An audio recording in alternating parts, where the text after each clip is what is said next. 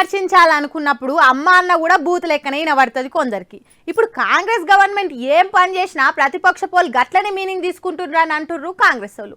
Annual maintenance కోసమని ఒక్కో రోజులో ఒక్కో ఏరియాలో 1/2 గంట నుంచి 2 గంటల దాకా పవర్ కట్స్ ఉండొచ్చని కరెంట్ వాళ్ళు చెప్పారు. ఖాతం టాటా గుడ్ బై, కరెంట్ కోతలు షురువైనాయి అని ప్రతిపక్ష పోలు ఏడలేని తీర్ల గుండెలు బాదుకుంటుండ్రు. అసలు బీఆర్ఎస్ గవర్నమెంట్ ఉన్నప్పుడు నిమిషం కూడా కరెంట్ పోనట్టు కటింగ్లు ఇస్తున్నారు సోషల్ మీడియాలో కొంతమంది అని కాంగ్రెస్ లీడర్లు మండిపడుతున్నారు.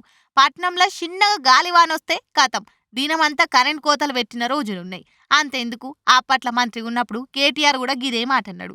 చిన్న గాలివానొస్తే కరెంట్ తీసేసే సిస్టమ్ మారాలే అన్నాడు గాని మారేతందుకు ఏం పని అయితే చేసినట్టుగా అనిపించలేదు. ఇక ప్రజెంట్ ముచ్చటకొస్తే ప్రతేడు కరెంట్ వాళ్ళు యాన్యువల్ మెయింటెనెన్స్ అని అన్నిటిని సగబెట్టుకుంటారు. ట్రాన్స్ఫార్మర్లు, కరెంట్ లైన్లను సరి చూసుకుంటారు. చెట్ల కొమ్మలు అడ్డం ఉంటే తీసేస్తారు.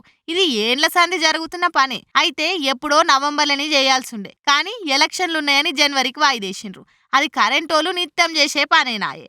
కాకుంటే ఒక్కో ఏరియాలో మెయింటెనెన్స్ పనులుంటే ఆయా ఏరియాలలో 1/2 గంట నుంచి 2 గంటల దాకా కరెంట్ కటింగ్ ఉండొచ్చని ఆఫీసర్లు ముందుగానే జనాలకు చెప్పిండ్రు. ఖాతం ఇక దాన్ని పట్టుకొని కరెంట్ కోతలు షురువైనాయని ఆగోతో కంటే ఇగో పులు అన్నట్టే బూచిగా చూపెట్టి జనాలను బుగులు పెట్టిస్తున్నారని అధికార పార్టీలు మండిపడుతుండ్రు. బీఆర్ఎస్ పవర్లున్నప్పుడు మెయింటెనెన్స్ కోసం కరెంట్ కటింగ్లు చేయలేదా? ఒకసారి లాగు బుక్కులు చెక్ చేస్తే ఎరకైతుంది.